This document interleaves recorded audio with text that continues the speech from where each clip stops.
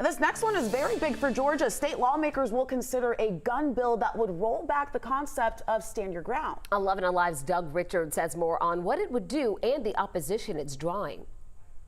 This is a bill with an unusual title, the Georgia Shoot First Act, designed to do exactly the opposite.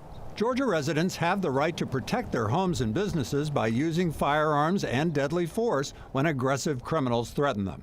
If prosecuted, the law says they can use a self-defense argument as part of Georgia's Stand Your Ground law. Democrat Marvin Lim's bill would still allow that, but would require victims to first weigh whether they can remove themselves from the circumstances without using deadly force. People essentially are still allowed to defend themselves, but also required, as everyone still is, whatever the stand your ground regime is or not, to decide whether or not this is force that is necessary. Lim says too many people have been killed by property owners who mistakenly thought they were being threatened.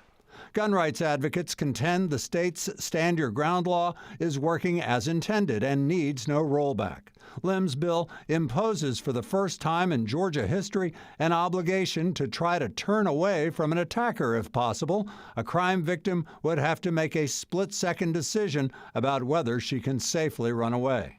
Lim says his bill is a logical next step after the Georgia legislature repealed the citizens arrest law a couple of years ago.